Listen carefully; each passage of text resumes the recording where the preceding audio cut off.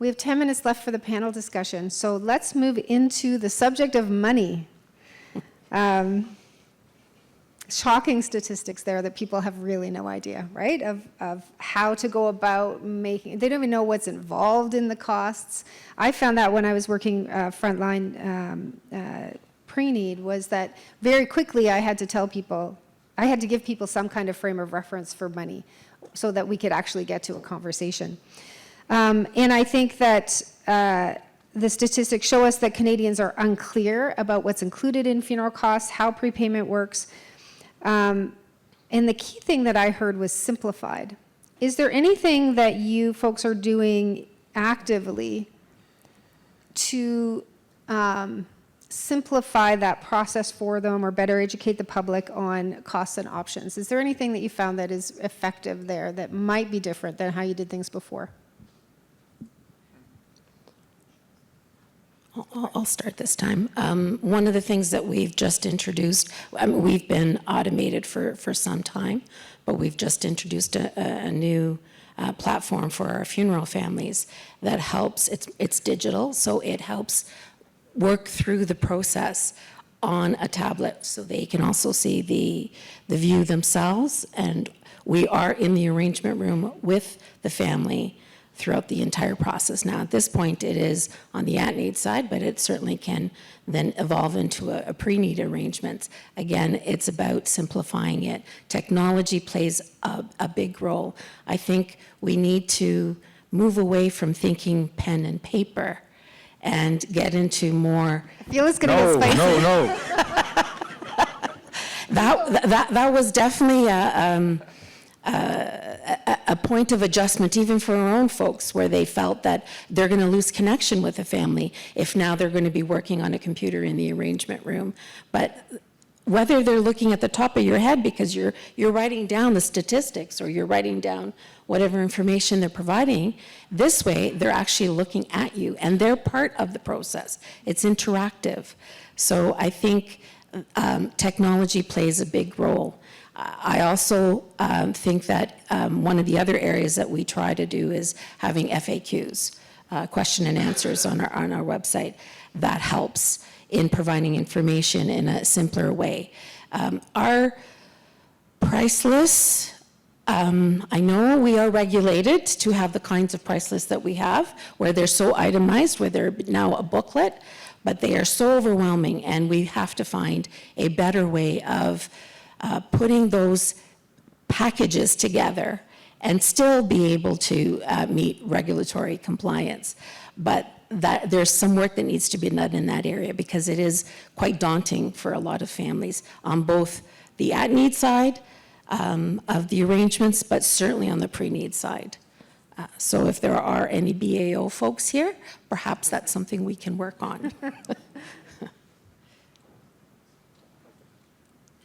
I feel like there might be some thoughts from your panelists on that. So who wants to go first? Becky? I think price lists are, it's an ongoing thing. I do know that there are some funeral homes where the breakdown is in a pricing grid, which is how ours is outlined, which I find is very simple for the consumer to understand. So we've got your traditional down to your immediate disposition and the items listed, but they can then understand that they can move back and forth between, if you want the traditional without embalming, we can make adjustments within each pricing grid, I suppose, that you can remove your visitation or add visitation. So it makes it a little bit easier for them to understand, I think. But Patrick, let me ask you a question before you answer that question. You just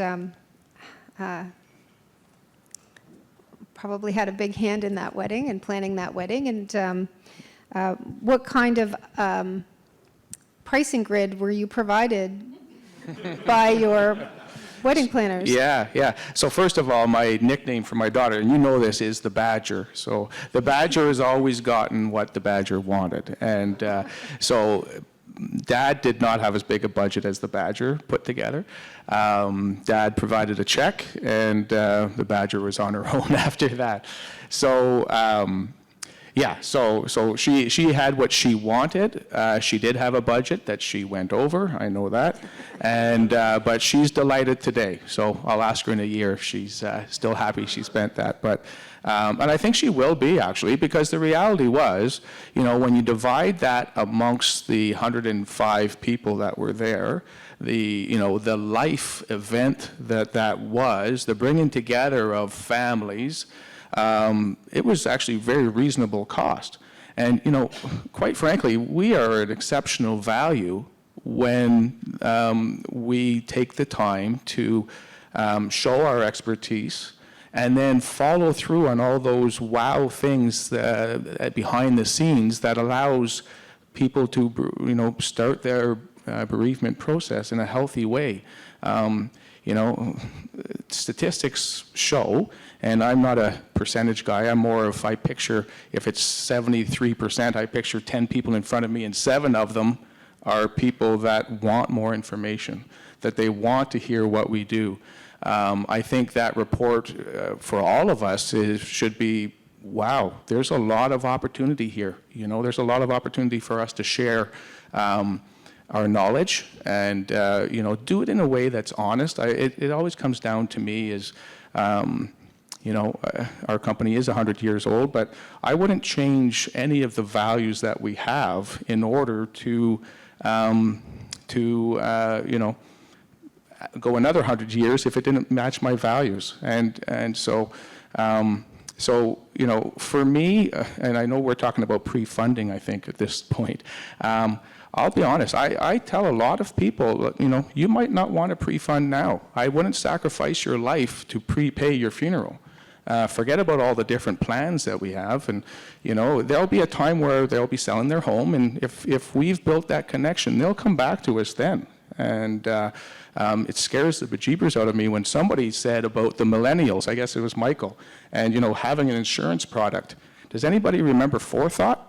That's not working out so well. So I'm very pleased with the prearranged plan.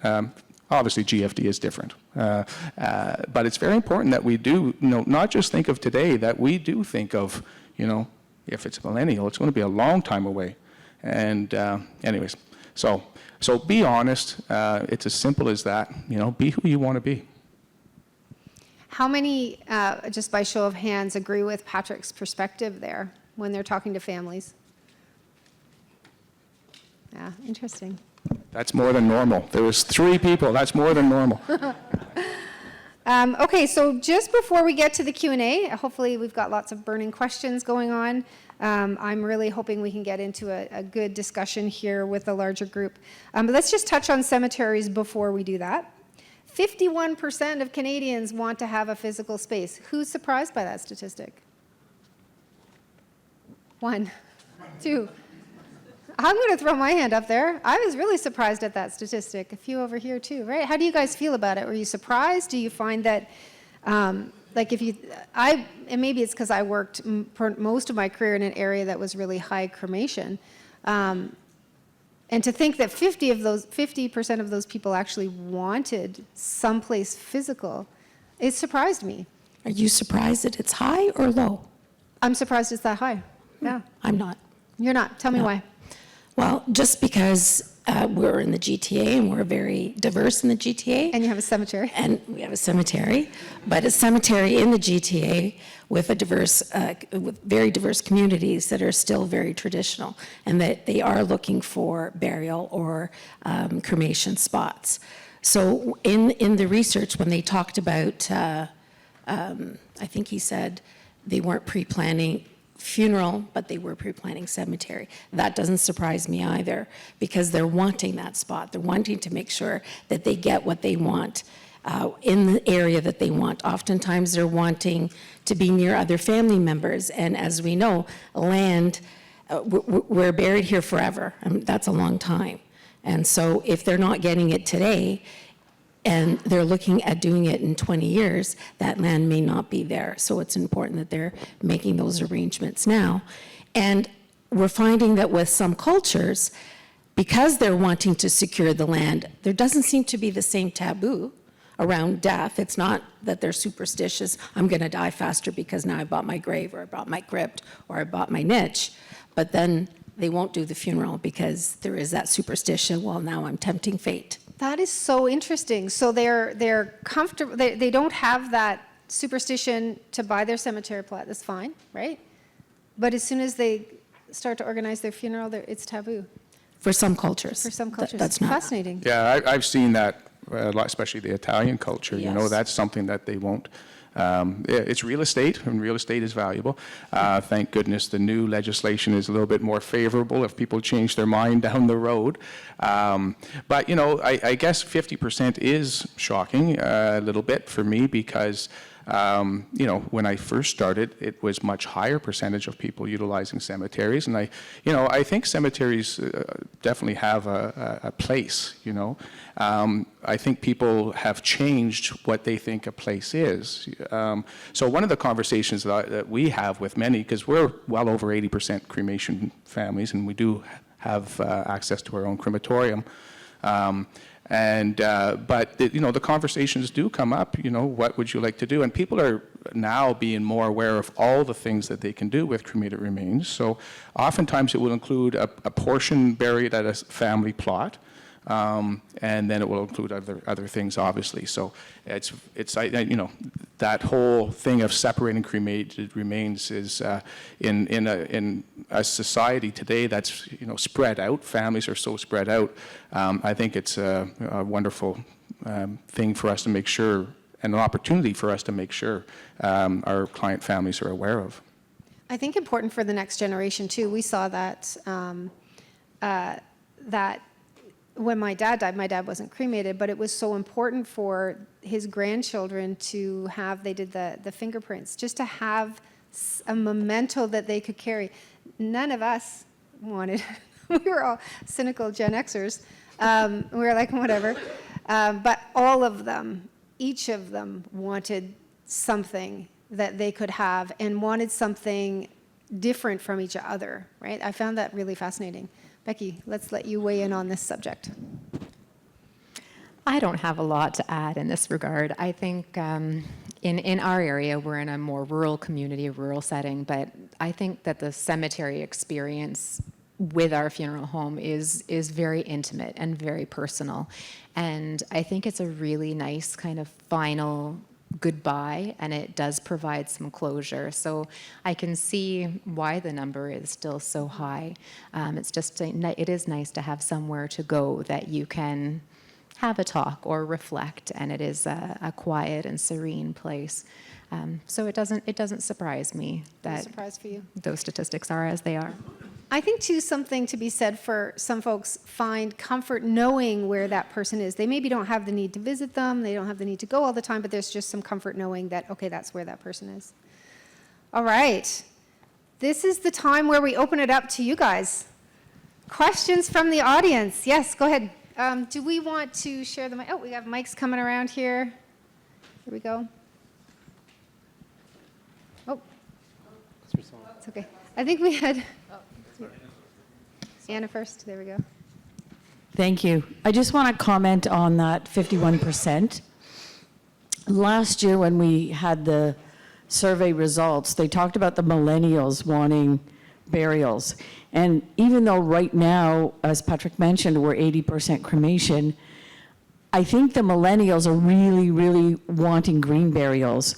So they're going to move away. And I think that number is going to come back up again as they age and are still looking for the green burial. The other thing that I find fascinating is when you sit with someone to do a prearrangement and you ask them, oh, I'm going to be cremated. Oh, do you have a plan for your remains? Because I ask every one of the people that do book cremations with us, and it's surprising to me how many people disregard the fact that they are going to have cremated remains that have to be dealt with. It's really, really interesting. So that's another thing. And then we start to talk about the possibilities of what to do with the remains, burial and scattering and so on and so forth. So yeah, I just wanted to comment, like I really think that number, that 51% is going to grow again. So the cremated remains on the top shelf of the bedroom closets, and that's not one of the options that you're talking about with Oh families. God, no. Thank you so much.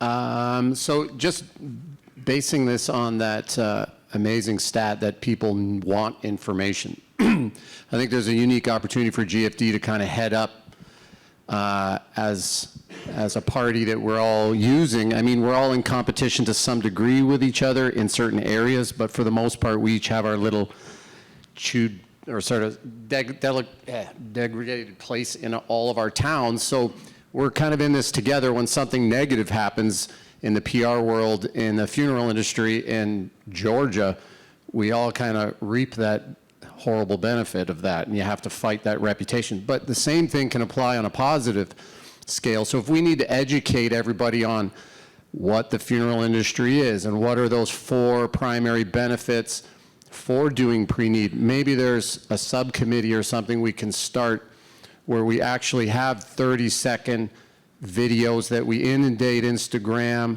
and we all contribute to some degree. Maybe GFD and that subcommittee makes it nice and hip and cool and targets those millennials, and we all benefit from a unified thing where we're not all responsible to sit while we're busy doing these 24-hour jobs to come up with this content when that's not our expertise, and we're dishing out money to hire some local person to do that. Maybe that's something you guys, obviously you have those resources, we've done seminars, we all have a lot of information. We can share, come up with 5 or 6 really simple videos that everybody here shares the same 4 videos, and we inundate our communities. So essentially Ontario or across Canada for that matter, we're kind of collectively piggybacking on each other's audiences. And then as that evolves, that subcommittee can take sentiments from the group as to, well, maybe now we're looking at content and we, do like Q&As with funeral directors or embalming, or we answer viewer mail. Like it could start at the pushing the benefit of pre-need, but then it can evolve into more community-directed content where we're saying, hey, okay, here's our video if you want, or grab an iPhone and get your local person to do that. But here's the sort of pseudo script that we all agree would be effective. Does that make sense?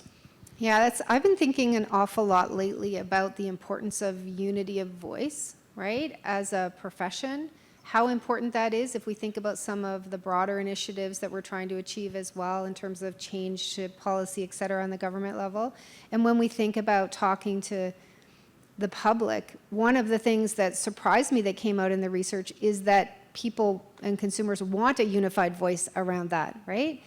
And perhaps that is something that we can look at. We have this wonderful group of resources here that we can draw from to help provide that unity of voice. And it kind of piggybacks on another concern I have, which is the amount of work that everyone is facing over the next 10 years, right? The cohort is, we always refer to it as the tsunami that is coming. Wayne and I talk a lot about that when we're talking about some of the challenges.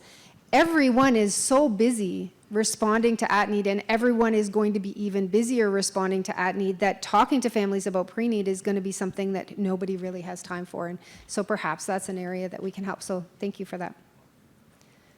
Yes, go ahead. Thank you. Hi, I'm just thinking, Patrick, about the anecdote you shared of the gentleman that didn't have a funeral, but he had a funeral by scattering his father's ashes, I think, at the lake. And combining that with some of the comments that others have made about the importance of listening to the client and responding to what they are telling us they are looking for and honoring their choices. So in the case of that gentleman who had the funeral, good for him. I think we should celebrate that and honor the choice that the family made. And if that option happened to be free or nearly free, even better, good. And at the same time, we want, I think as an industry, to be helping people to design bespoke experiences if they want them, and to have the built-in flexibility in our service offerings and our product offerings to be able to construct bespoke offerings for people that don't want to have to fit into the frameworks that we as an industry have said they must fit into. You're either direct cremation or you're full board cremation is a classic example. You're either, only this or you're all of that. And that doesn't necessarily go with the spirit of bespoke that I think is of increasing attractiveness, particularly to younger generations. And Becky, like you're acknowledging that you're a millennial, I'm actually Gen Z. No one will believe me, but I am.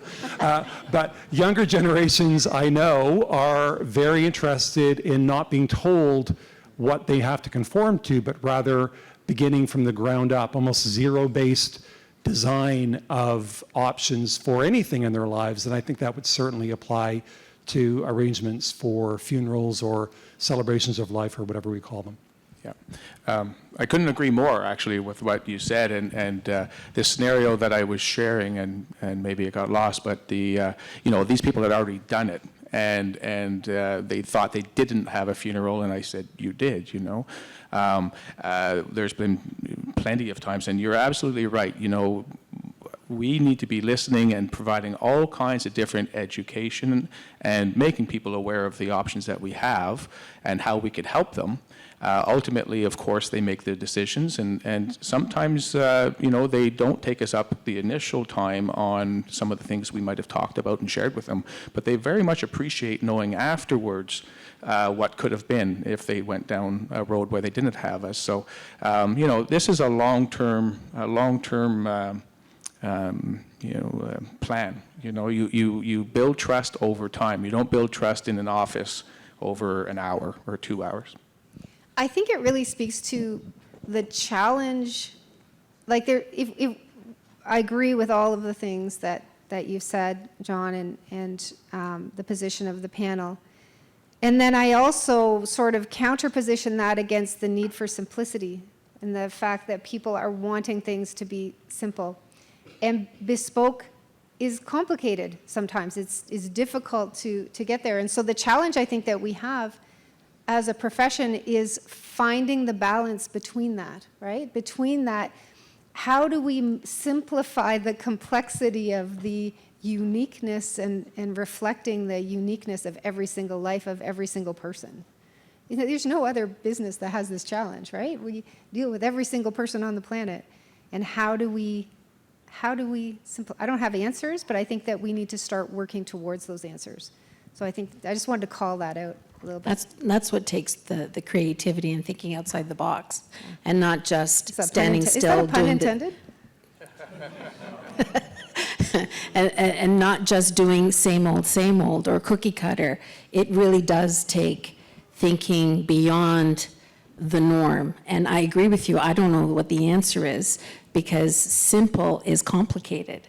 It's true, right? Simple is complicated. So how do we, that is the fundamental piece of design, right? So I do think that you hit the nail on the head when you mentioned connection and the first thing that you said, Angie. I think that when I sit at a table with someone and I forge a strong connection with that family when they come in, and we're really good at our funeral home about putting the right person with the right family. If someone's lost an infant, we put Laura on that case because she is so soft and gentle and compassionate, where I'm a little bit more outgoing and outspoken, so I have a good fit as well. But when you have a strong connection with the family, you're able to have a conversation with them, laugh with them, talk with them, hear a couple of stories, get to know them, get to know the person who's passed away. But that allows you to say, what did your loved one love? What made him tick? And that's the sort of thing that inspires me to get my friend who plays the accordion out to the cemetery, because so-and-so was an accordion enthusiast. And not many people have a friend that plays the accordion, so that was so special to that family. But there are so many things that you can take from that arrangement conference when you make that connection with the family. And while you're doing that really amazing work, how can we help connect that 35% who have no idea that you do that amazing work to you? That is, I think, the puzzle that we are really wrestling with at GFD. How can we help you do that? I'm just going to throw this in here because when you were speaking, Becky, it came to me but pre-planning. And people used to make fun of my files because I was pretty in-depth on things, but there's wow moments when, 15 years after the pre-planning was done, that mom has passed and the family is in the office and our director reminds them that mom wanted to be buried in that red dress that she wore at somebody's wedding, and this is the type of things that she wanted on display. They're like, oh my, I wouldn't have thought of that at this moment. And so that's a wow thing, and maybe that's something that can be incorporated into the value of pre-arrangement that GFD can take in a story or something. But to me, that's, those are the things that people recognize beyond the practical, why it's important to pre-arrange. I think there was a question back there, yeah. Yes. First of all, I want to thank everybody because I think this has been a very inspiring afternoon, especially the panel. I think that there's no question that the world has changed and people's roles in it have changed, but needs have not necessarily changed. They're just met in different ways. So fundamental needs will always be there. We just have to find new ways to address them. I think that everybody has been speaking to that. What I'm concerned about is in the bespoke type of solution, I'm reminded that nothing doesn't replace something, and that we all value funeral service. We value what it does and how it helps. So we have to be careful that we don't just go along to get along, that we replace whatever doesn't work with something that does work, and we're not just substituting another nothing. As professionals, I think we have that responsibility. We're the ones who are supposed to be able to know and match the needs with the solutions. And I just want to caution everybody that nothing is not necessarily a solution, and we have to be careful that the solutions that are being offered are not just other nothings. Yeah, thank you so much for that. I think part of navigating change is going forward without having a clear view necessarily of where that end is, right? And sometimes it can be a little bit paralyzing because we don't know what is the business going to look like in 10 years, right? We don't have a clear sight into that. And so I think it's easy for all of us to say, okay, well, we're just not going to do anything, right? And so I think that one of the things that inspires me daily about this group and my panel here is the fact that not knowing where the business is going, we're still, each and every one of us, having the courage to start changing. And having the courage to make missteps along the way, right? So maybe we start using different language and we get it wrong, and that's okay, right? And so I think that to me, courage is stepping forward into the unknown regardless of not knowing where we're going. And that's something that I think all of you do in spades and would encourage you to keep doing as we move forward. I think we have time for one more question. Yes? Okay, I'm interested in the research that will come between the difference what Patrick is talking about going pen and paper and what Angie is talking about using AI. A company just came up with Easewell, which is a company online that uses AI to help families find funeral homes based on what they're looking for. And I'm wondering what families are really gravitating more towards. Is it the ease of AI and the digital aspect? And is it the human connection of the one-on-one, which we're learning more and more about how important the human connection side is. So I'm interested if we do some research and continue to see what they're gravitating towards in the future. We will continue, but any thoughts on that? Well, definitely it's a mix. The pen and paper is about building the connection, building the trust, getting the major information, and then behind the scenes, the technology either is before that or after that. But I don't think there's any replacement for building that connection.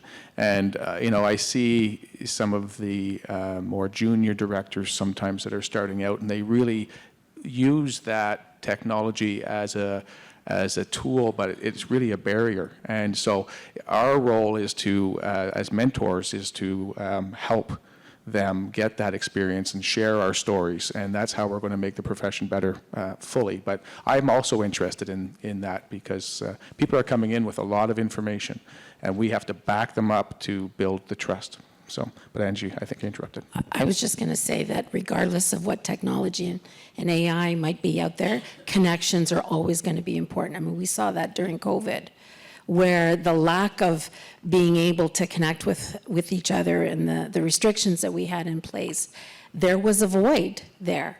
And so I don't think it's an either or. I think connections will always be top. Yeah, and I think that what the research is showing is that people want to do their research beforehand so that they can become educated, and then they want to have those discussions. What concerns me about AI and these kinds of tools is that I want us to all think for a minute about what's out there digitally about our profession. That's I think, something that we really need to address as a a larger body, right? If you think about, if AI is combing the web to give people advice on where to go for funerals, think about the vast majority of digital marketing and what messaging that has to families right now. Did you have something you wanted to add to that? Oh, I was just going to say that AI is not the best listener, although they're listening all the time. You know, AI isn't writing down in the pre-need file that John's favorite drink is Pepsi, and then when John dies, I have a Pepsi toast at the arrangement conference because I made a little note of that in the file, and how meaningful that can be to John's family. AI doesn't do that. Filling out a form online doesn't do that. So I agree with Patrick in that, you know, it can facilitate a quicker arrangement if you're typing things rather than printing things, because you can have things added for you automatically. But certainly there's nothing like being a good listener, sitting there and just hearing what the family is saying. Listen to the eulogies. When you are at a service, listen to the eulogies. And then when you do your aftercare appointment, you say, I just thought that was hilarious when you were talking about Guy and Peggy sitting at McDonald's and feeding the crows. That was one of their favorite activities on a Sunday afternoon. And when they know that you've paid attention, they know that you care, and that's your advertising. You know, we can put ads on Facebook, we can put ads in newspapers, but people are going to disregard that. But when they see that you're paying attention to them, that you're providing these experiences at the cemetery that people walk away and go, wow, that's your advertising. That is not online, and that if AI is trying to guide people to a place, they would be missing that. They wouldn't be guiding them to Becky's amazing way of picking up those little details and bringing those connections. And so I think that's something that we should probably be thinking a lot about. It's interesting. Thank you for bringing that up. I think we are at time, although I feel like the clock just recycled itself. Or does the big red blinking light mean that we're over? Yeah, that's bad? Red means stop. Yeah. There's always a risk to get me up here talking about funeral service. I could like do this forever. So, you know, if I call you and I say, hey, do you have some time to sit down and chat? Book a couple of hours. Anyhow, just to want to thank these incredible people on the panel. I have such high respect for them, and thank you so much for sharing your experiences and your perspectives today. Really appreciate you being here and taking time out of your day, and thanks to each and every one of you for your contributions to this discussion. Really appreciate it.